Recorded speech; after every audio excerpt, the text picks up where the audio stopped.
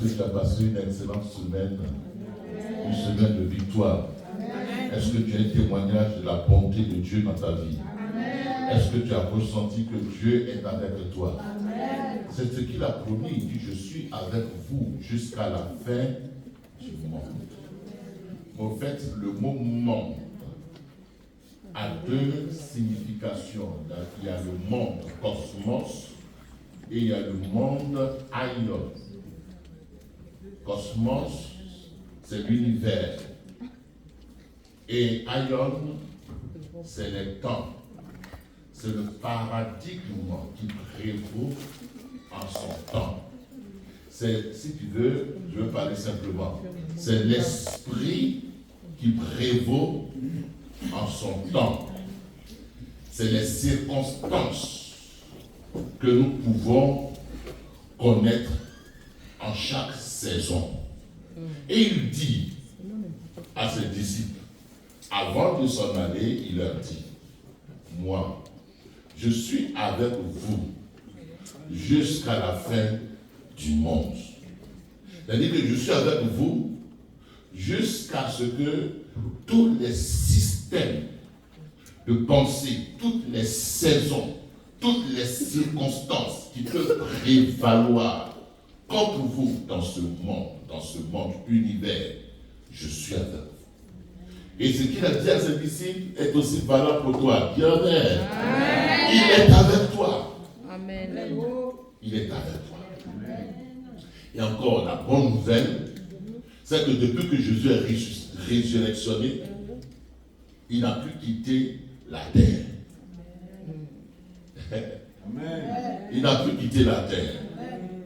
Autrefois, l'Esprit de Dieu venait et il restait permanent, ou non pas permanent, il demeurait sur des personnes pour des opérations spécifiques.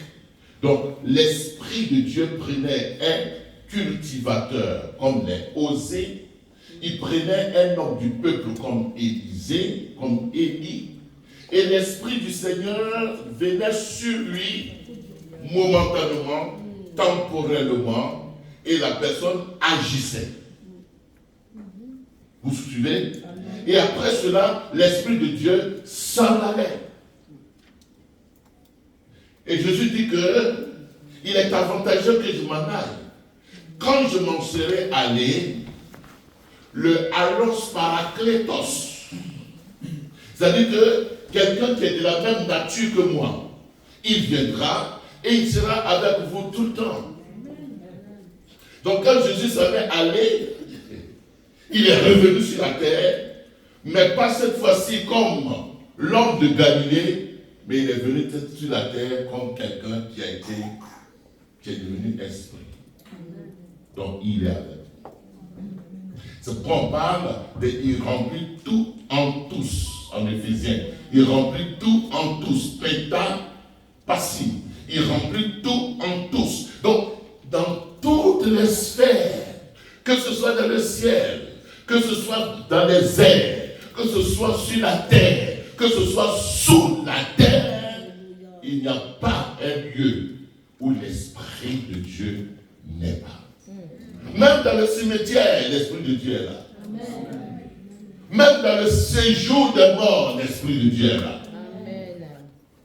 Donc, sa présence remplit tout en tous. Alléluia. Mais pourquoi nous ne sommes pas conscients pourquoi nous ne le voyons pas en manifestation? Il est là, pourtant, il est là. Mais c'est parce que notre conscience n'est pas éveillée à ce fait-là. On se comprend? Et depuis que Jésus a ressuscité, le ciel et la terre ont fusionné. Donc on n'a plus besoin de 1000 km pour aller au ciel. Le ciel est sur la terre. Et depuis que Jésus est ressuscité, le royaume de Dieu est venu parmi nous. Et le royaume de Dieu est là. Et dans votre maison, le royaume de Dieu est là. Donc vous voyez bien que anywhere, où que ce soit, l'Esprit de Dieu est là. Christ est là.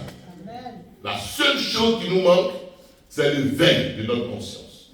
Alors je veux dire ce matin, qu'elle soit encouragée, parce que dans sa présence, il n'y a que gloire. Amen. Je veux dire qu'elle soit encouragée, parce que dans sa présence, il n'y a que victoire. Amen. Je veux dire, sois encouragée, parce que dans sa présence, il n'y a que la joie. Amen.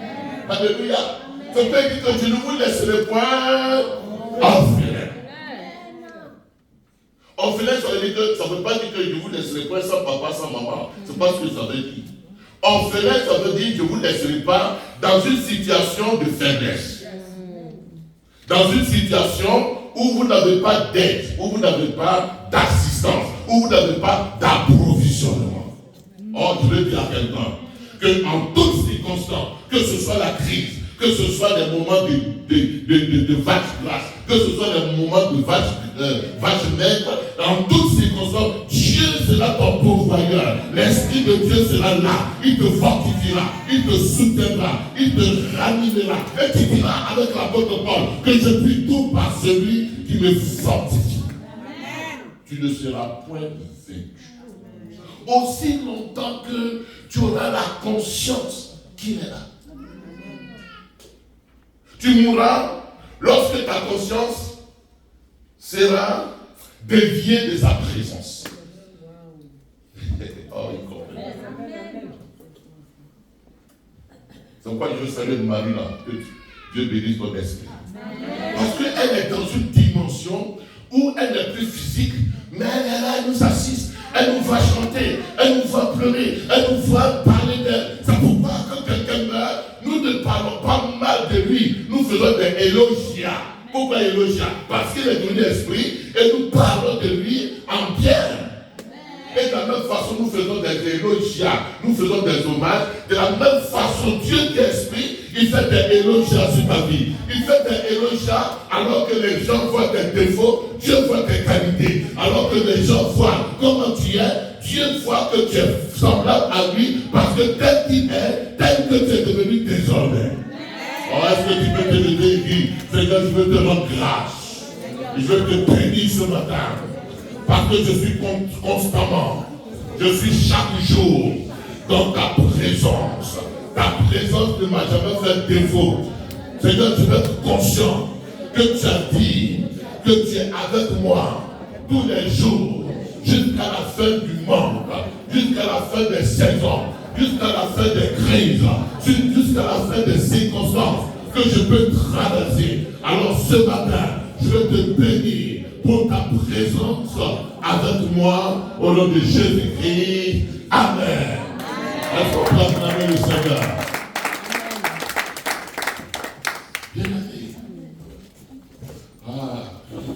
Le temps ne me suffirait pas. Le temps ne me suffirait pas.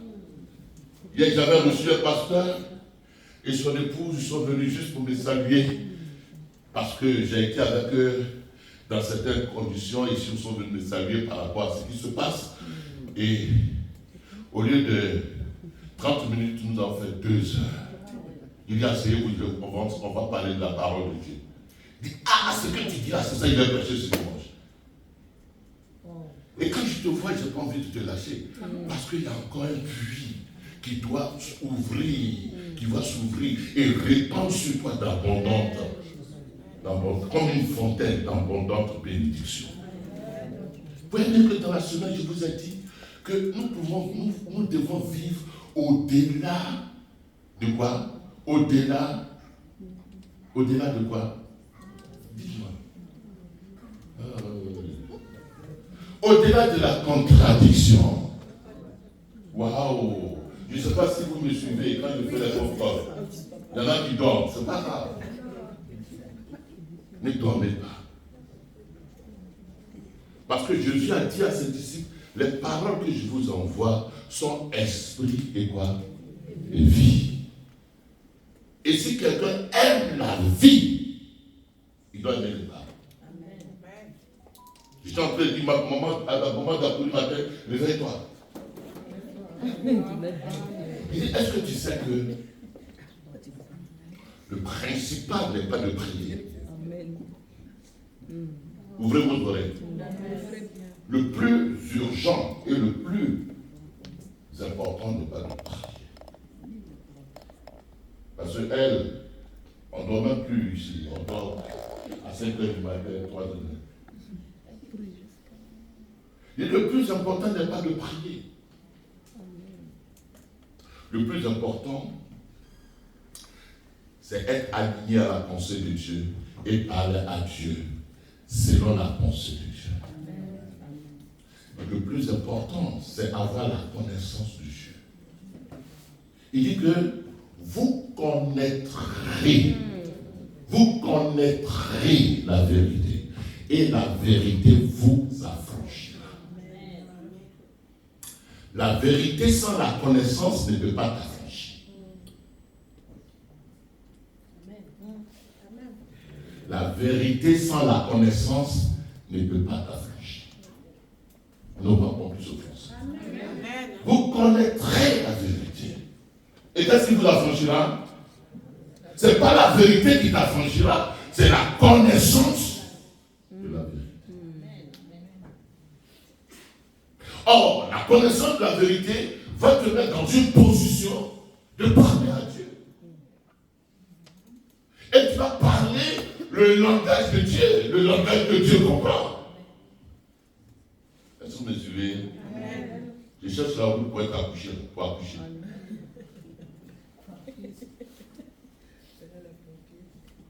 Est-ce qu'on se comprend? Donc, quand je prie au langage avec le langage de Dieu. Parce que si tu dis à Dieu, Dieu n'a pas besoin d'information, il n'a pas besoin que tu l'informes, il n'a pas besoin de dire que Seigneur, tu vois que je souffre, il sait que tu souffres. Mais il faut que tu emploies son langage pour qu'il comprenne, communier avec toi. Or, Dieu ne comprend que lui, son langage. Et son langage peut être toi. Et c'est en cela que le langage de Dieu est la vérité. Et cette vérité, si tu connais le langage de Dieu, alors tu parles le langage de Dieu. Et le langage de Dieu qui est la vérité, c'est ce langage qui t'affranchit. Maintenant, je donne un exemple. Je suis enseignant, donc je vais illustrer ça par les exemples. Oh Dieu, tu vois comment les gens me fatiguent. Oh Dieu, tu vois que je suis un pécheur. Pardonne-moi un pécheur je suis. Oh Dieu, je suis maudit parce que... Il ne comprend pas ça. Il dit quoi? Traducteur. Il dit quoi? Il veut dire que... Il veut que tu dises, Seigneur, je te rends grâce. Parce que tu m'as béni de toute bénédiction. Ah! Oh Seigneur, je te rends grâce. Parce que en toi, je suis plus que vainqueur. Ah! Seigneur, je te rends grâce. Parce que tel que tu es, tel que je suis. Ah! Seigneur, je te rends grâce. Parce que tu es l'éternel mon berger. Tu n'as pas peur. Et en toi, je ne manquerai de rien. Ah! Seigneur, je te rends grâce. Parce que c'est toi qui me fortifies. Et comme tu me fortifies, je suis plus que fort. Dans toutes les circonstances. Ah! Dis Amen. Alors, nous avons dit dimanche toute la semaine que nous pouvons vivre au-delà des contradictions. Vivre au-delà des contradictions, ça veut dire quoi? Ça veut dire que notre vie sur la terre, en tant qu'humain, elle sera toujours soumise, elle sera toujours confrontée à des situations contraires. Par exemple, je veux me marier, et puis le contraire se produit, je n'ai pas le mariage. Je veux avoir ceci, et puis le contraire se produit, je suis malade. Je veux être comme ça, et le contraire se produit, je suis. Et même, je peux marcher, et les gens vont dire à mon égard des choses contraires que j'attendais d'eux. Ils vont se moquer de moi, ils vont me critiquer, ils vont me rendre, le manque de reconnaissance, comment on appelle ça? L'ingratitude. Ils vont dire de moi des choses auxquelles je ne m'attendais pas. C'est ce qu'on appelle les contrariétés. On se comprend?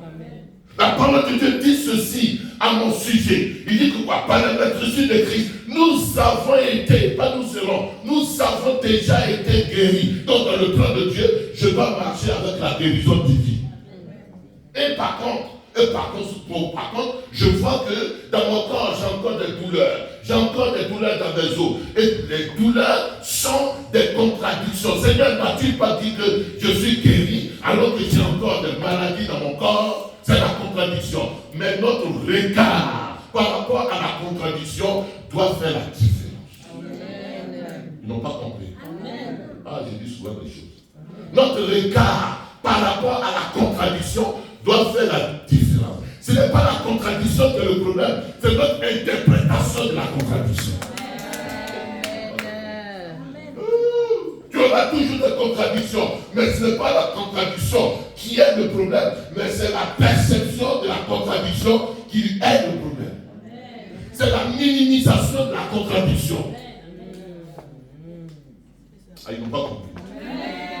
Donc quand Jésus a envoyé ses disciples, tu peux me dire ça? Luc chapitre 10. Mais ce n'est pas mon message. Je vais t'amener cet après-midi à changer de perception, de façon de voir les contradictions. Disons Amen. Amen. On va dire, mais tiens, c'est pas une belle femme, c'est pas un beau garçon. C'est une contradiction, non? Parce que toi, tu t'attends pas, on te dit ça. N'est-ce pas?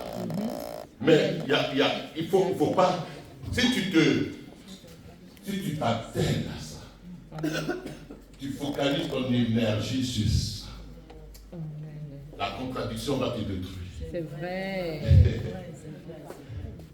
Ne distille pas ton énergie sur les contradictions.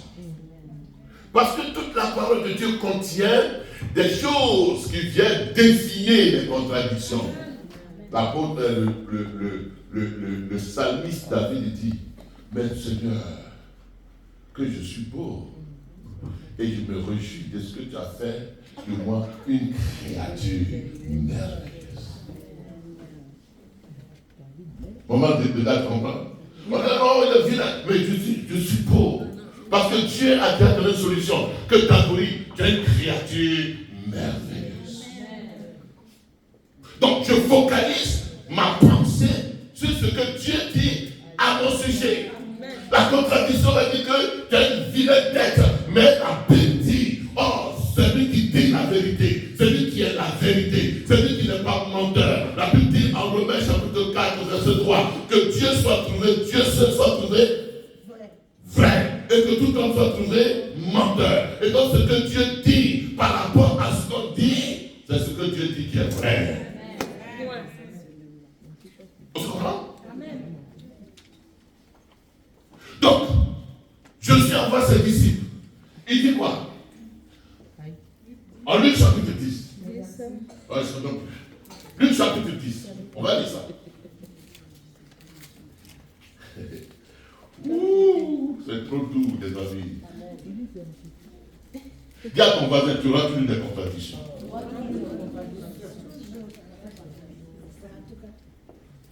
C'est le verset 17. Tu auras toujours des contradictions. C'est-à-dire que tu auras toujours, si tu veux, des oppositions. Tu auras toujours des situations qui vont te défier.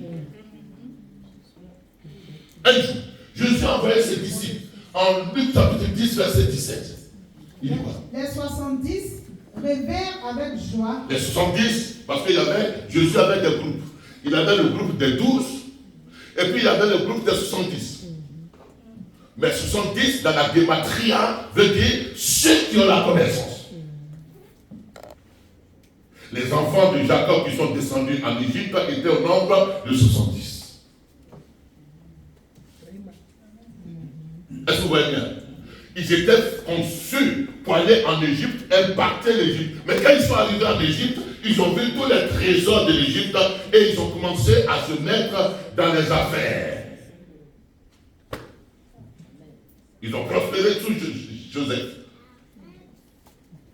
Et comme ils ont oublié leur mission, Joseph est mort, ils ont été criblés par le nouveau pharaon qui est venu. Ils sont devenus esclaves. Pourquoi ils sont devenus esclaves? Dieu ne les avait pas envoyés en Égypte pour qu'ils soient des hommes d'affaires. Mais ils sont allés en Égypte, ils ont tellement prospéré et la prouesse de l'Égypte, l'économie de l'Égypte était telle qu'ils se sont préoccupés des affaires et ils ont oublié leur mission. C'est pas la même chose que pour toi. C'est ça. Voilà, 25 ans. Donc Jésus constitue un groupe d'anciens. Et le groupe d'anciens, il est de 70. Et il les envoie. Il leur donne la délégation du pouvoir. Il leur fait la dérogation du pouvoir. Et ils vont prêcher. Quand ils vont prêcher, ils vont venir maintenant chez Jésus, ils vont faire le rapport. Et ils vont dire à Jésus quelque chose. Oui. Seigneur, les démons même nous sont soumis en ton nom. Les démons même nous sont soumis en ton nom. On va parler des démons dans notre message tout à l'heure, mais les démons même nous sont soumis en ton nom. C'est-à-dire que des gens qui ont la pensée distordue, des gens qui sont erronés et qui ont la connaissance biaisée, erronée. Nous-mêmes, ces gens-là, ils sont soumis. C'est-à-dire que leur paradigme, leur système de pensée, c'est laisser se soumettre à notre enseignement. Et Jésus leur dit, oui. Je voyais Satan tomber du ciel comme un éclair. Mais vous, c'est maintenant, ça vous intéresse. Mais moi, quand je vous ai envoyé, j'avais déjà vu Satan tomber du ciel. On va voir qu'est-ce que Satan. Mais j'ai vu Satan tomber du ciel. Les amis, je prie que tu comprennes cela. Eux, ils sont contents maintenant parce que les démons là étaient soumis. Mais Jésus dit que avant même que vous partiez, moi, je savais que vous alliez venir avec un résultat positif. Parce que d'abord, vous êtes partis à mon nom. Deuxièmement, je voyais déjà Satan. C'est-à-dire qu'avant même que vous veniez là, j'ai déjà vu que Satan, ma perception de Satan, la perception de Satan était que le Satan était tombé déjà. Je veux dire quoi? Je m'allais chercher du travail. Ma perception du travail, c'est que le travail, il est déjà à moi. Amen. Je vais dans un combat ou bien dans une situation où je suis défié, mais je vois déjà que là où je suis défié, le défi déjà, il est à ma solde. Je l'ai déjà gagné. Au fait, Jésus dit ici que ma perception de ce qui allait vous entraver, à ce qui allait être une contradiction, ce qui allait s'opposer à vous, ma perception a été déjà que cela était déjà quelque chose de gagné d'avance. Est-ce qu'on comprend? Amen. Au fait, c'est une question de perception. Amen. Avant que tu t'aventures, c'est une question de perception. Et la perception, elle se produit au niveau de ton champ de pensée. Ton champ de pensée, c'est que ton système de pensée a déjà acquis la chose avant que tu ailles à la rencontre de la chose. On se comprend? Amen. Donc, le champ d'action de l'ennemi, c'est dans ta pensée. Si ta pensée est biaisée, est erronée, c'est sûr que le combat, ou alors ceux à l'encontre duquel tu t'en vas, est déjà vainqueur sur toi. C'est au niveau de la pensée. Un jour, Jésus disait à Simon, alors dis quoi? Je voyais Satan tomber du ciel comme un éclair. Je ne veux pas frustrer la religion de plusieurs, mais je passe. Et puis il dit, voici, je vous donne. Je vous ai donné le pouvoir. Je vous donne mon pouvoir de marcher sur les serpents. De marcher. Il dit, il faut marcher. Oh, le mot marcher, ça veut dire quoi? De ne pas te laisser intimider. Ça veut dire quoi? Mépriser. Ça veut dire quoi? Faire montre de ta domination. Faire montre de ta capacité de le faire. Marcher. Je vous ai donné le pouvoir de marcher, c'est-à-dire que de minimiser, de ne pas perdre votre énergie sur ça, que vous avez déjà la victoire sur la situation, de marcher. Marcher, ça veut dire quoi? Marcher, c'est soumettre. Placer, c'est déjà soumis à vos pieds. De marcher.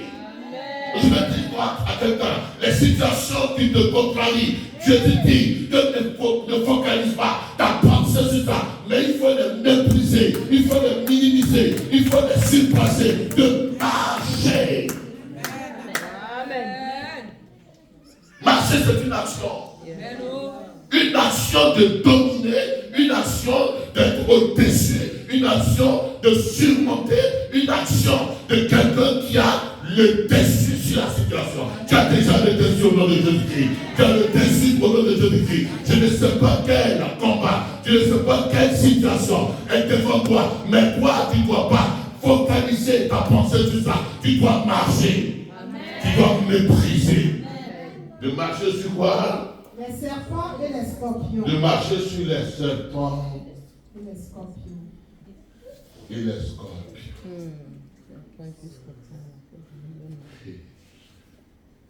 Et toute la puissance. Et toute la puissance. Et les consorts.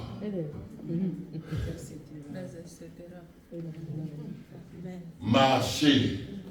Vous aurez 3 types de combats. Des serpents. Les scorpions et les consorts.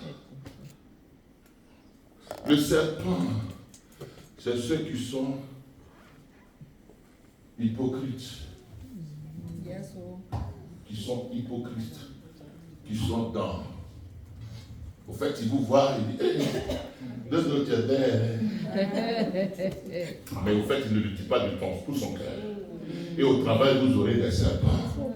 Ils ont un double langage.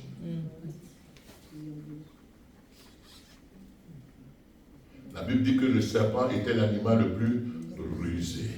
Ils sont rusés. Ils sont manipulateurs.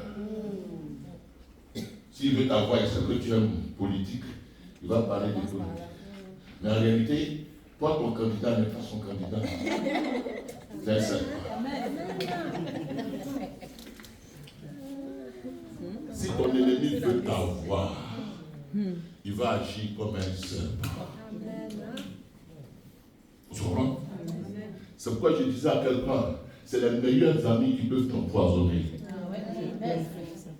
Parce qu'il va être dans une attitude de serpent.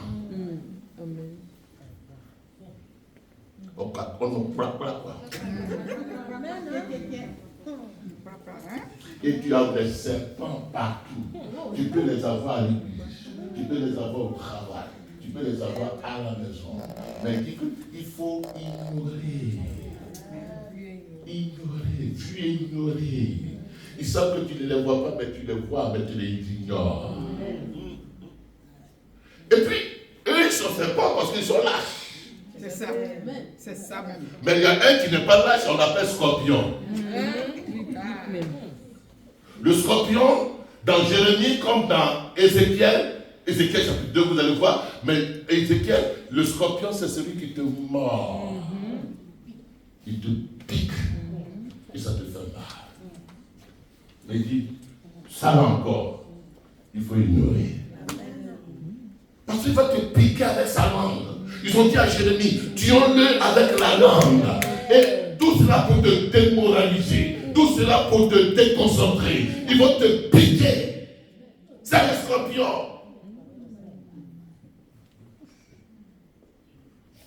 Je veux dire que toute contrariété, Jésus l'a déjà vécu. C'est pourquoi il dit que je voyais Satan tomber. Donc il faut voir déjà la contrariété. Elle est déjà tombée. Elle est déjà dépouillée de toute sa force. Je vais te supplier parce que les gens vont perdre leur but. Ils vont être déconcentrés. Ils vont perdre leur objectif parce qu'ils concentrent leur énergie sur les serpents, sur les scorpions, que Jésus dit que je les ai déjà vus tomber du ciel.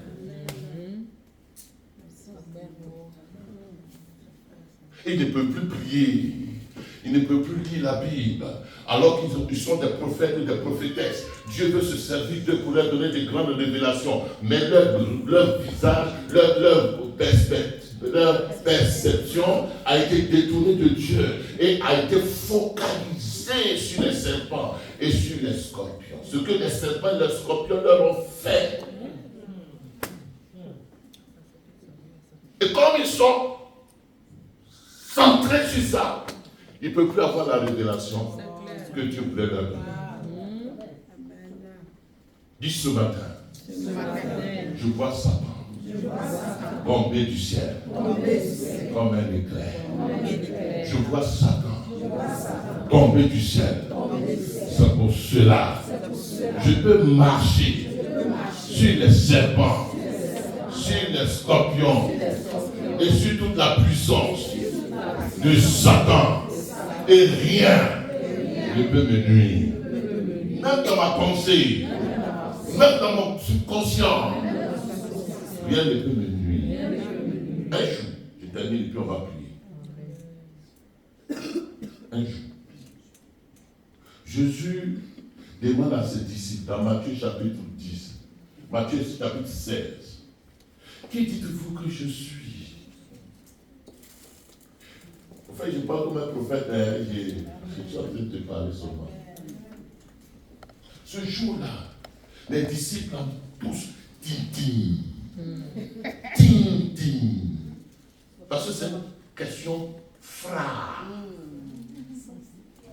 Qui dites-vous que je suis? Moi, le Fils de l'homme. Quelques éléments disent non. Tu es Élie qui est revenu. Parce qu'ils croyaient en la réincarnation. D'autres vont dire que tu es un des prophètes. D'autres vont dire que non, voilà ce qu'on dit. Il dit vous-même, à que dites-vous que je suis? Et ce jour-là, l'Esprit saisit Pierre. Et il dit Pierre dit, tu es le Fils de Dieu vivant. Waouh! Jésus est étonné, suivez-moi. Ça vous arrive souvent, hein? Souvent vous parlez comme Pierre. Ce jour-là, cet esprit l'a pris. Et puis il dit, tu es le Fils de Dieu vivant. Jésus dit, ah, c'est bien. Toi, tu es un bon gars. Non, il y a souvent, tu es un bon gars. Souvent, l'esprit peut se saisir. Souvent, même, tu chantes les cantiques à la maison. Tu fais comme Pierre. Souvent, même, ton affaire de Dieu, mais ça dépasse pour tout le monde. Ça, tu es Pierre. Jésus dit, comme je te vois actuellement, toi tu peux être le pape de tous les disciples. Je te donne le magistère. Je te donne le magistère. Tout ce que tu diras sera dit. Actuellement, dans cette attitude de l'homme, de l'esprit, tout ce que tu vas dire sera dit.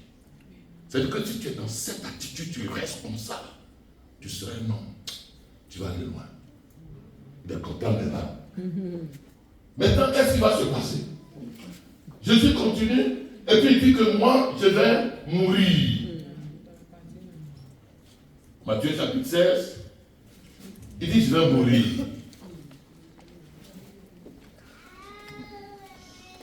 C'est ça, non? À partir de ce 21.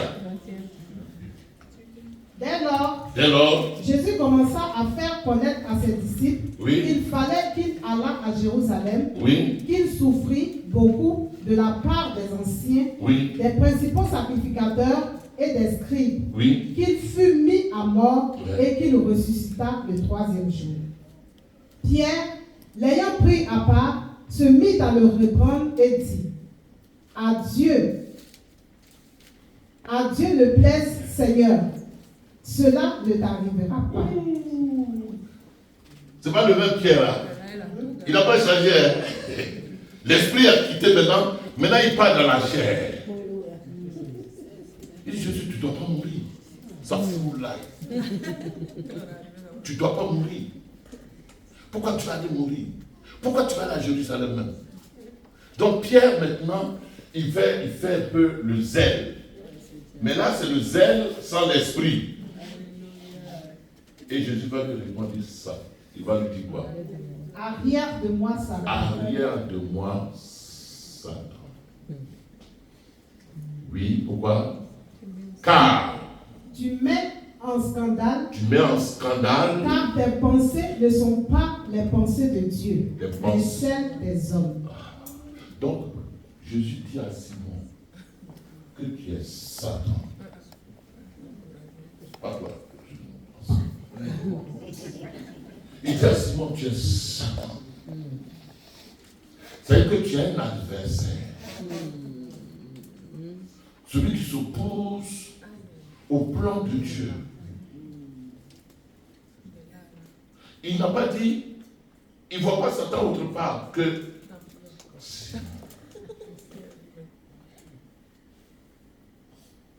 parce que cette fois-ci-là, tu t'opposes au plan de Dieu. Mais comment on peut s'opposer au plan de Dieu? De par nos pensées. Il dit que tes pensées sont quoi? Ne sont pas celles Ne sont pas celles de Dieu, mais elles sont des pensées des hommes. Est-ce que vous me comprenez?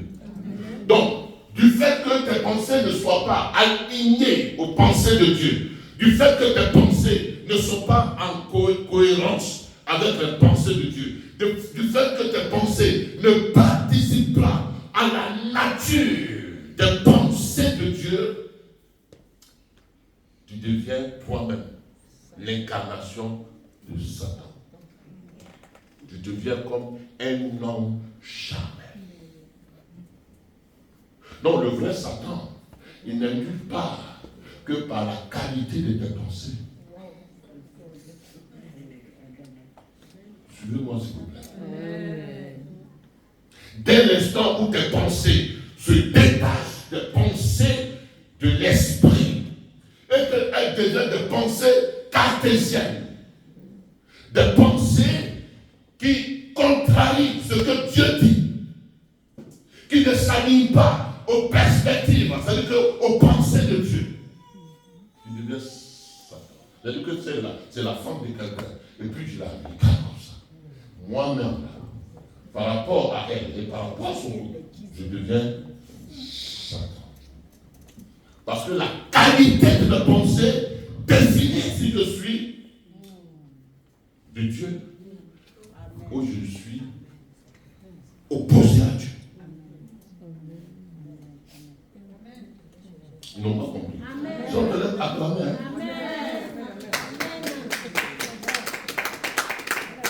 C'est-à-dire que Satan, c'est une attitude de pensée déçue que tu transportes. De pensée erronée.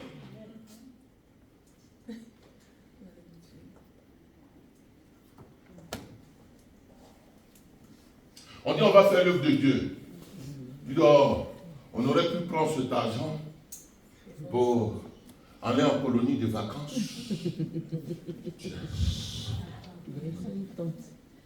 Amen. Dis Amen. Amen. Ce que Dieu construit, si tes pensées viennent déconstruire cela, ce n'est pas autre chose que toi qui as été incarné en opposant à la volonté de Dieu.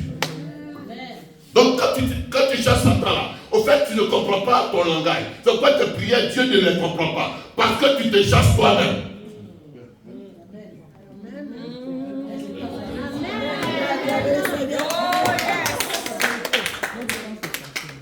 Quand tu dis par exemple, elle a ton mari n'a qu'à mourir, je vais l'épouser. Tu es Satan.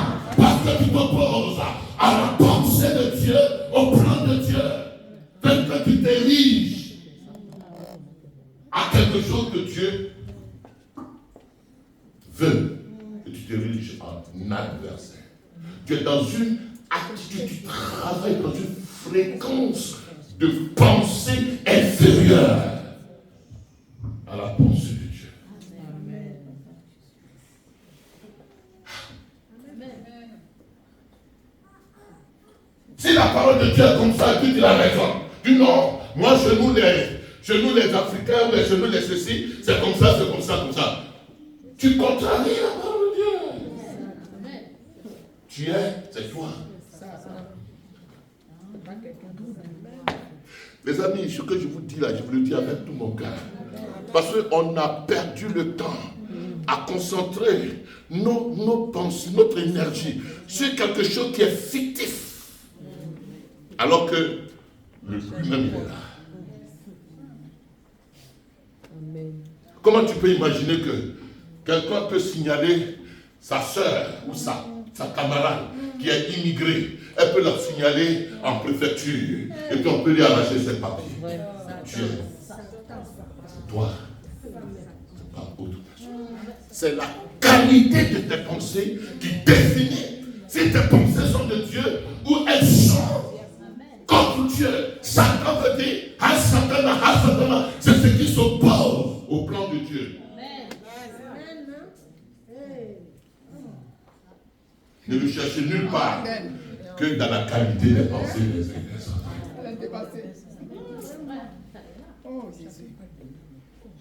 Alors ce matin, la chose qu'il faille délivrer, c'est dans la pensée. Nous-mêmes, délivrer d'abord. Satan, il faut l'enlever. Et on peut l'enlever par la connaissance. Vous connaîtrez la vérité. Et la vérité. Alléluia. Tant que tu n'as pas la connaissance, si tu n'as pas la connaissance, donc la clarté, la révélation de la pensée de Dieu, tu vas agir toujours en opposant de Dieu. Amen. Et les gens marchent en contrario, en contradiction à la pensée de Dieu. Amen.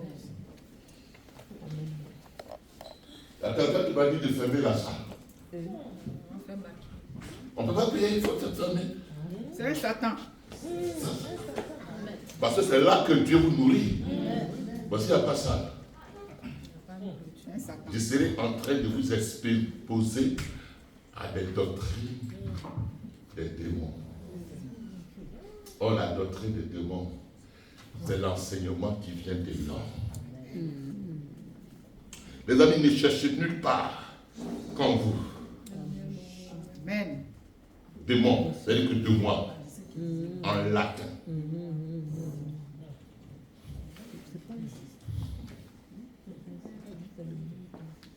Démon, c'est-à-dire de moi, c'est la partie obscure, la partie ignorante, la partie qui est souillée. On va se tenir debout, on va prier un peu. Et puis en 15 minutes, je vais.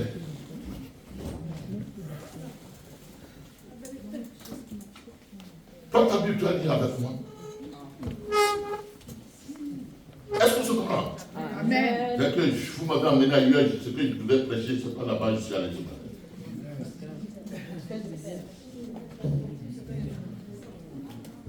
Il dit, Romains chapitre 8, la première fois qu'on peut être dans l'église, c'est peut être Satan. Ou alors on peut être démon. Ou alors on peut être de Dieu. Démon, c'est la qualité de nos pensées qui ne s'alignent pas aux pensées de Dieu. Romains 8. On va voir la différence. Verset 1, on dit ça, on ne dit jamais tout. Romains 8. Oui. Il n'y a donc maintenant aucune condamnation pour ceux qui sont en Jésus-Christ. On est d'accord, non? C'est-à-dire que Dieu ne te condamne plus, c'est que tu vas plus aller en enfer. C'est ce que ça veut dire. Amen. Cependant, la loi de l'esprit de vie en Jésus-Christ, la loi de l'esprit de vie en Jésus-Christ m'a affranchi de la loi du péché et de la mort. En toi et là-bas. Et là-bas. En toi, il y a deux lois. Parce que l'homme que Dieu a créé, il a créé avec une dualité. Est-ce que vous me comprenez? Quand il a créé Adam afin qu'il obéisse, ou afin que Adam désobéisse. Soit il peut obéir, il peut désobéir. Soit ce que je dis là, tu peux être d'accord, ou bien tu n'es pas d'accord. Dieu t'a donné ce libre arbitre. C'est pourquoi en chacun de nous, il y a deux lois qui agissent, qui sont en interaction. La loi de l'esprit de vie et la loi du péché et de la mort. Donc, suivez-moi, je suis en train de vous expliquer quelque chose. Si tu fais allégeance à une des lois, tu auras les conséquences de ces lois. La loi de l'esprit de vie, c'est que le Saint-Esprit est en toi et puis vient avec sa loi. C'est la loi de l'amour, c'est la loi de la justice, c'est la loi de la paix. Il vient avec sa loi. Et si tu obéis, on va voir les conséquences. Mais en toi aussi, il y a une autre loi qui sévit dans tes membres. Qui est-ce qui va dire que dans ses membres, il n'est pas tenté souvent? Souvent, il est tenté, vrai ou faux? Donc, il y a une loi qui agit dans tes membres. C'est ce qu'on appelle la loi de quoi? Le péché et de la mort. Mais cette loi-là, elle est latente, elle est là, elle dort. Est-ce que tu comprends? Il y a une loi qui dit qu'il faut te venger. Il y a une loi qui dit que... Vrai ou faux? La loi du pardon, c'est la loi de l'esprit de vie. La loi qui dit qu'il faut te venger. Il faut lui rendre ça. Il va voir de quel bois tu te chauffes. C'est la loi du péché et de la mort. Deux lois agissent en vous. Il y a une loi qui te dit dimanche matin, lève-toi, tu vas aller à l'église. Il y a l'autre loi qui dit non. Il faut dormir encore. Laisse ça faire l'église. Il y a une loi qui te dit, mais tiens, ton salaire est venu, il faut payer ta dîme, il faut donner ta dîme pour que l'œuvre de Dieu avance. Il y a une loi qui dit, oh, j'ai trop de dépenses. Deux lois agissent en toi. Mais tu mangeras le fruit de la loi qui va dominer en toi. Et les gens mangent le fruit toujours. C'est qu'un homme aura cédé.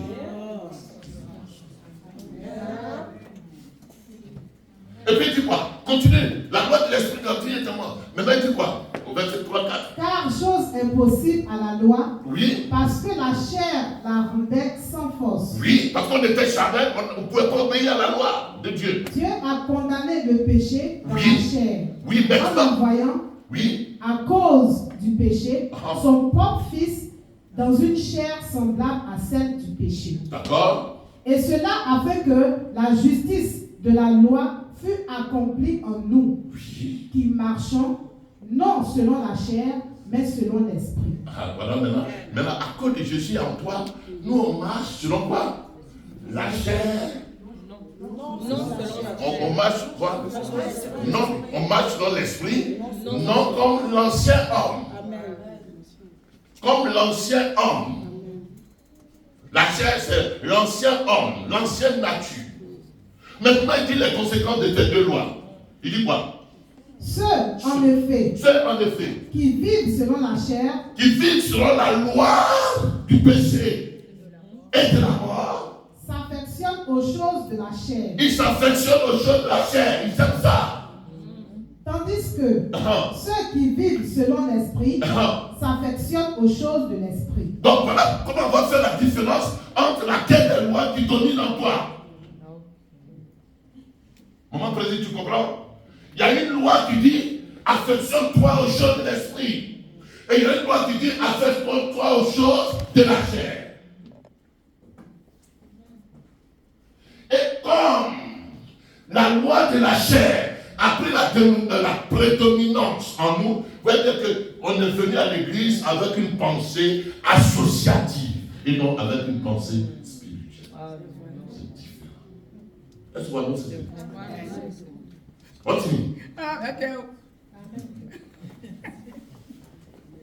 Associatif, c'est la loi de la chair.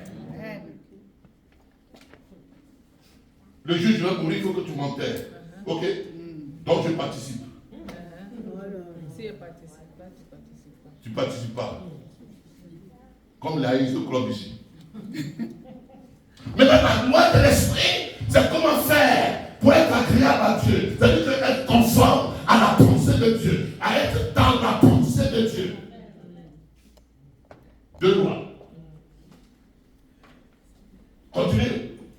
Et l'affection de la chair. Et l'affection de la loi de la chair. C'est la mort. C'est la mort. C'est la mort. Si quelqu'un est charnel, il va mourir.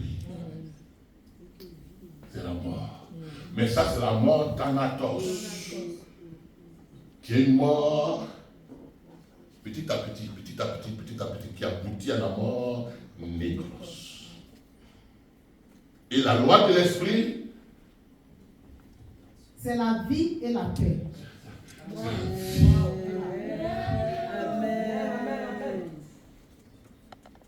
À toi de choisir. C'est quoi il est dit dans Deutéronome 28, je mets devant toi la vie et la mort. Parce que chaque jour, devant les circonstances, devant les contradictions de la vie, il y a ces 2 lois qui sont en interférence. La loi de l'esprit dit qu'il faut pardonner. La loi de l'esprit dit qu'il faut l'aimer. Il ne faut pas garder rancune. La loi de l'esprit dit que non, Jésus a déjà vaincu. Ne permets pas tes énergies d'être gaspillées sur ça. Amen. La loi de l'esprit dit que non. Mais quelle est la pensée de Dieu, la volonté de Dieu? Je la recherche. Et la loi de la chair dit qu'il faut te venger. Ça, là, ne te laisse pas faire. La loi de la chair dit que c'est la peur, la timidité, le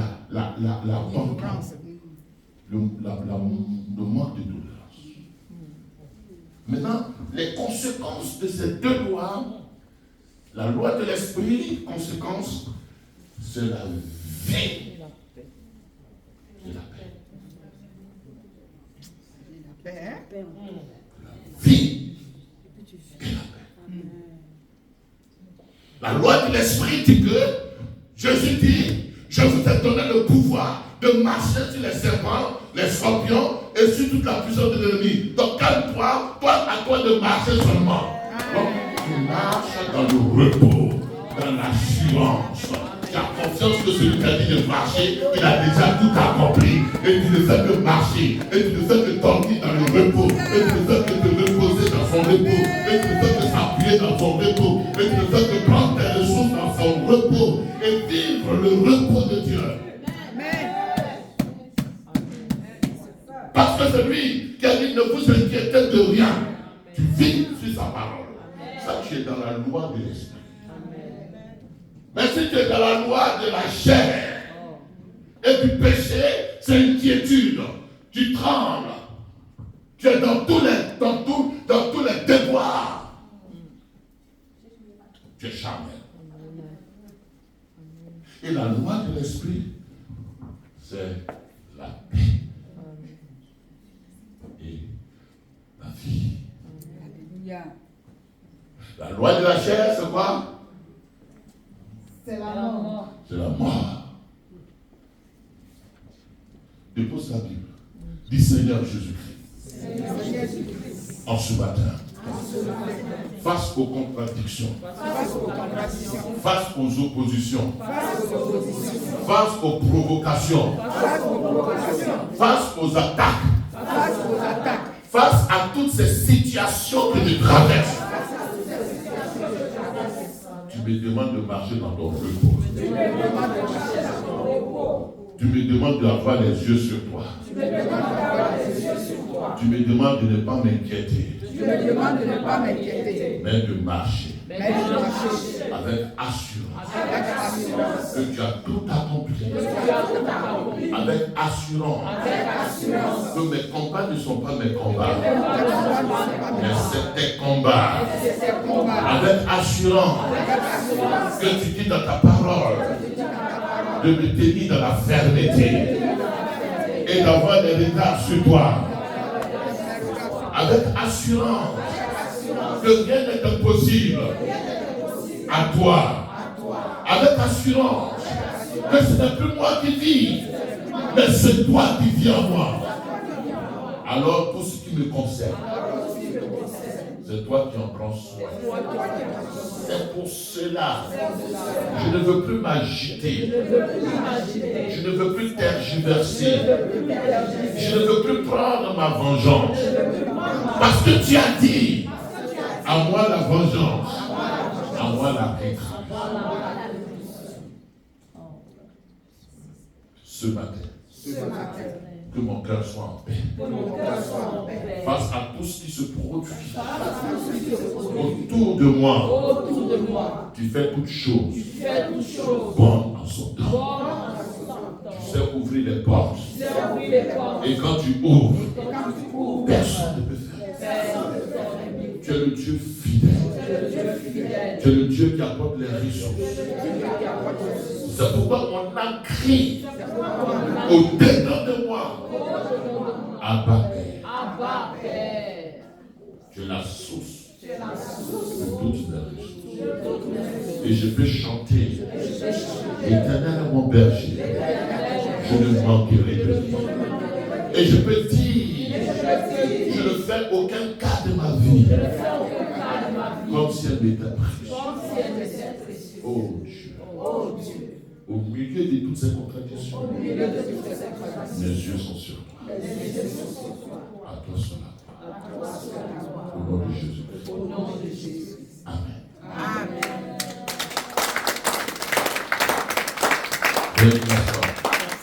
C'est la prière de l'homme spirituel. Est-ce que vous avez vu? Est-ce qu'on a informé Dieu? Dieu sait.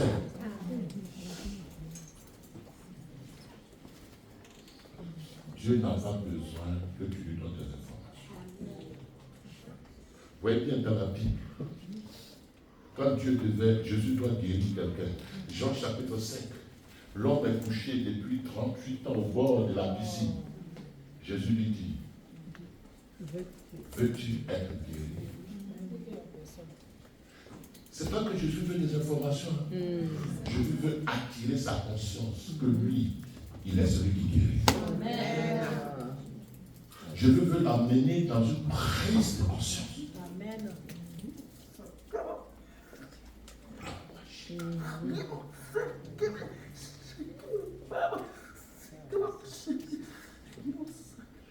C'est pas ta foi qui produit le miracle. C'est pas ta foi qui produit. Le miracle est déjà disponible. La foi est la main qui saisit. Amen.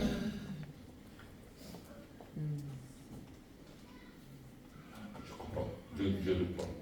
C'est pas ta foi. Comme si tu es en train de. C'est pas ta foi. Mais ta foi, elle saisit la promesse. Amen. Elle saisit l'accomplissement. C'est pas parce que c'est pas accompli. Si Dieu t'a envoyé en France, c'est qu'il t'a envoyé ici pour que tu vives une vie meilleure. Il est ainsi Dieu t'a envoyé. C'est que toute provision est déjà disponible. Les papiers sont disponibles. Le mari est disponible. La femme est disponible. La maison est disponible. C'est Dieu qui t'a emmené ici. C'est pourquoi il t'a emmené dans une... Il t'a commissionné. Il t'a commissionné. C'est-à-dire que commission, il est collègue avec toi dans cette mission. Amen. Seulement, c'est parce que tes yeux ne sont pas ouverts pour te rendre compte de l'évidence qui est déjà évidente.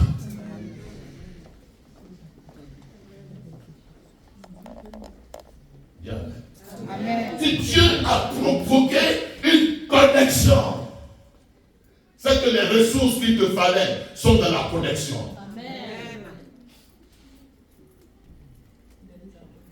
Seulement, il faut que la foi saisisse. Et je prie ce matin que ta foi prenne. La foi, ce n'est pas une question de comparer. La foi, elle se réalise dans le repos. Comment est-ce que tu me comprends? La foi, elle se réalise dans le repos et la paix du Seigneur. Donc, aussi longtemps que tu es troublé et que tu es paniqué, la foi ne peut pas être efficace. Mais l'efficacité de la foi se produit par le repos. Mais tu ne peux pas avoir le repos s'il n'y a pas la connaissance. Oh non. Amen. Encore. Jude 6. Jude 6. Jude 6. Je suis allé ailleurs ce matin. C'est pas. Vous voyez que j'ai passé toute une nuit à préparer un message. Et c'est pas ça que j'ai dit. Est-ce que tu comprends? Amen. Jude 6 dit quoi? Jude 6 dit le frère de Jésus. Il n'y a pas de juge. Jude.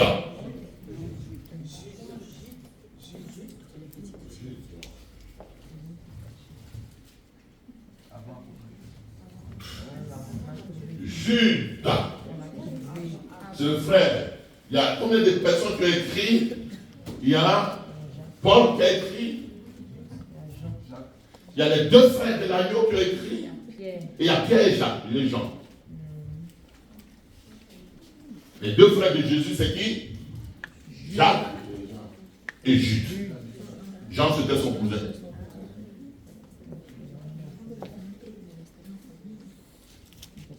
Tu comprends ce matin? Amen. Jude dit quoi? Jude 6. C'est un seul chapitre. C'est un seul chapitre. Verset 6. Verset 6. Oui, je dis ça. Qu'il a réservé pour le jugement du grand jour, enchaîné éternellement par... On ne peut pas parler de ça comme ça. Pas là-bas. Philémon, peut-être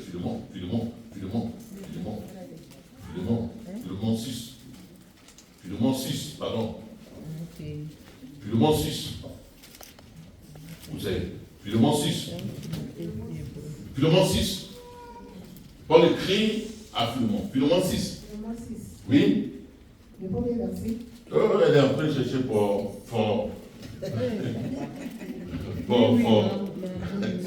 dépêche-toi. Les mamans sont fatiguées. J'étais venu jeune ici, regarde comment ils sont fatigués. Elle est en train de chercher fort. C'est dans fort. Voilà. Philémon 6. Est-ce que quelqu'un m'a compris ce matin? Amen. Philémon 6, c'est quoi? Je lui demande que ta participation à la foi soit efficace pour la cause de Christ, en faisant reconnaître en nous toute espèce de bien. Je ne comprends pas. Quand vous lisez 8 secondes comme ça, vous n'allez pas comprendre. Il dit que je souhaite que la participation à la foi soit efficace par la connaissance de toute espèce de bien en toi.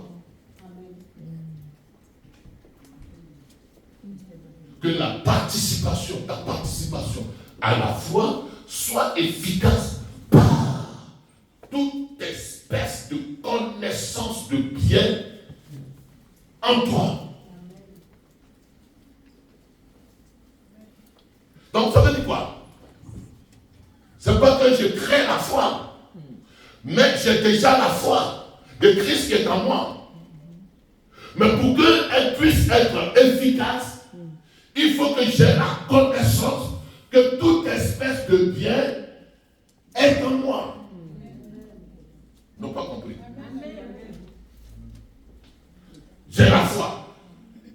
J'ai la foi de qui? De Christ qui est en moi. Et la foi doit être comment? Efficace. Mais l'efficacité de la foi dépend de la connaissance de tout le bien qui est en moi. De toutes les ressources qui sont en moi. De toute la grâce de Dieu qui est en moi.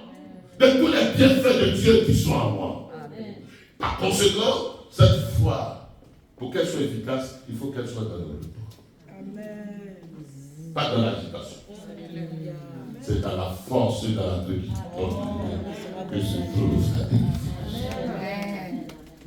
C'est dans le repos que se trouve ta délivrance. Pas dans l'agitation. Pas en appelant ta tante au téléphone. Au contraire, tu as fini la situation. C'est dans le calme et le repos. Si ça te dépasse, va va dans la douche, fais comme t'as couru. Mais pas que maman t'a couru, après que je pleure. Oh. Tu mets l'eau sur toi. Alléluia. Et quand l'eau vient, et là,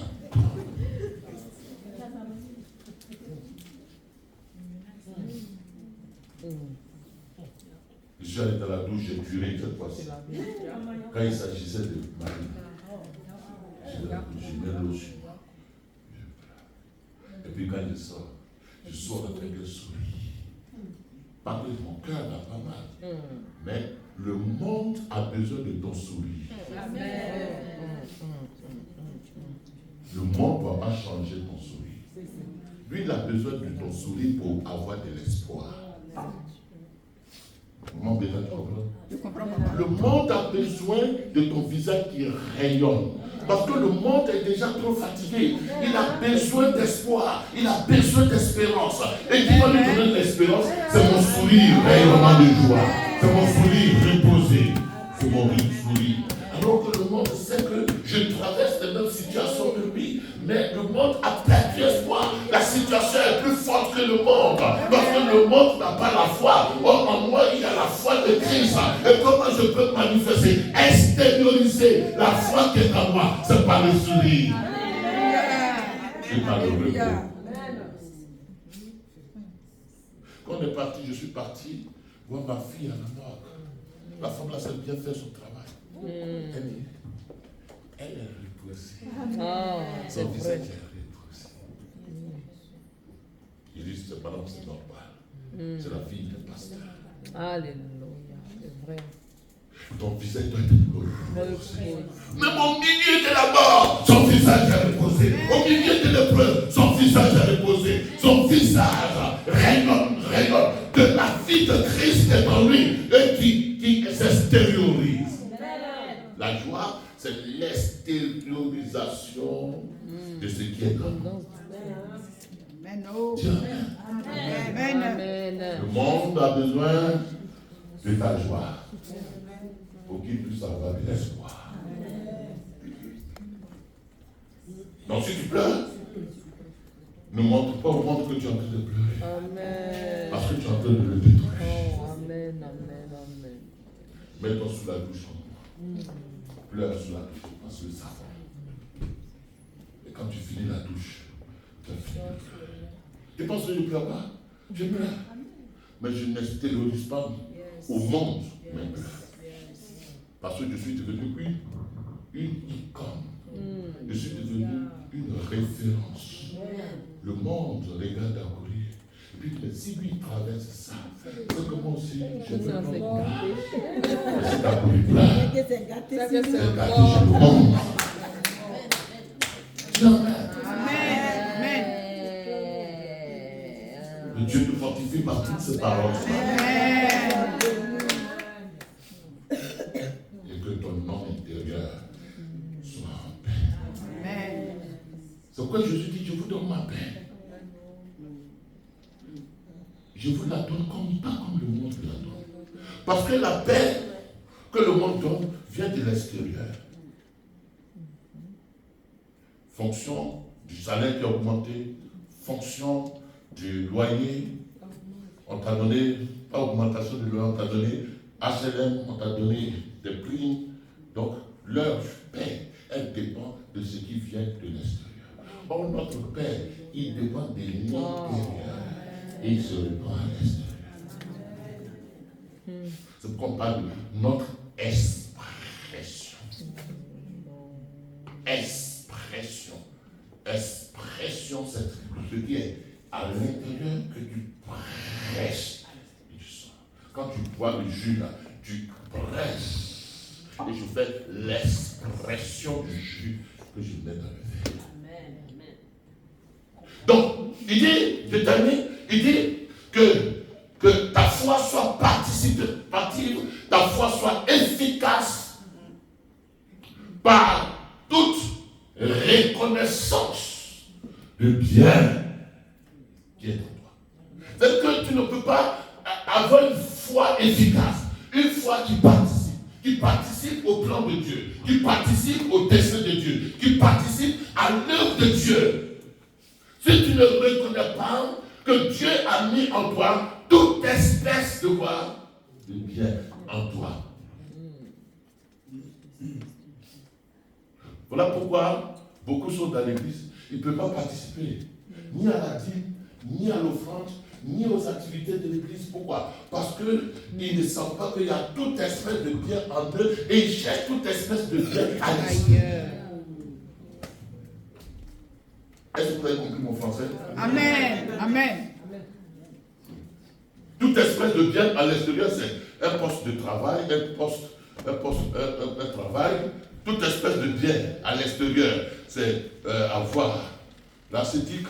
Toute espèce de bien, c'est avoir des enfants. Toute espèce de bien, c'est avoir une voiture. Ça, c'est des choses qui sont. Mais si tu reconnais que ce qui est en toi est plus excellent que ce qui est à l'extérieur, est plus riche que ce qui est à l'extérieur, est plus valable que ce qui est à l'extérieur. Ce qui est à l'extérieur ne peut pas influencer. Amen. Est-ce que vous me comprenez? Parce que ce qui est à l'intérieur, il est déjà tellement grand que je n'ai pas à être intimidé ou à être influencé par ce qui est à l'extérieur. Amen. J'ai été en Afrique. J'ai été dans des maisons. Je ne veux pas tout dire, je vais le finir. Mais dans des maisons. Voilà. Si tu vois les maisons là-bas, toi-même tu as honte de toi. Toi-même tu as pitié de toi. C'est que les maisons là, où des gens, des païens habitent là, ça t'insulte. Ça te dit que toi, ton affaire de Dieu là, c'est philosophie. Parce qu'eux, ils sont dans le concret. Quand tu vois les voitures dans lesquelles ils sont, toi-même tu vois que, est-ce que toi, normalement, je suis pasteur, là, j'ai dit, ce que je dis là, ce n'est pas des idées que les Blancs ont envoyées. J'ai honte de moi-même. Parce que lui n'est pas pasteur, et puis il est comme ça. J'ai honte de moi. Tu vas juger ça comme ça. Quand tu n'es pas conscient et éveillé à toute espèce de richesse qui est en toi, qui est supérieure à ce qu'ils ont. Et tous ceux qui baissent les bras, tous ceux qui se découragent, c'est parce qu'ils ne sont pas conscients de toute espèce de bien qui est en eux. Et je vais vous dire ce matin, en toi il y a toute espèce de bien, en toi il y a toute espèce de grâce, en toi il y a toute espèce de richesse, en toi il y a toute espèce de valeur. Et ces valeurs-là, le jour où tu vas les extérioriser, elles vont dominer de loin ce qui est dans ce monde. Amen. Alors mets la main sur ta poitrine. Dis Seigneur, en ce matin, je prends conscience que en moi, à l'intérieur de moi, il y a toute espèce de bien. Et je reconnais que celui qui vit en moi est plus grand que celui qui est dans ce monde. Par conséquent, je ne me laisse pas intimider par ce qui est à l'extérieur. C'est pour cela que je marche sans être intimidé. Je marche sans être complexé. Je marche sans avoir en moi un esprit inférieur.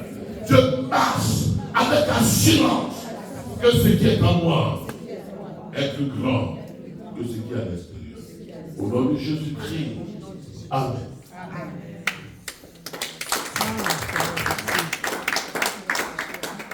Ce matin, je suis désolé, on n'a pas prêché.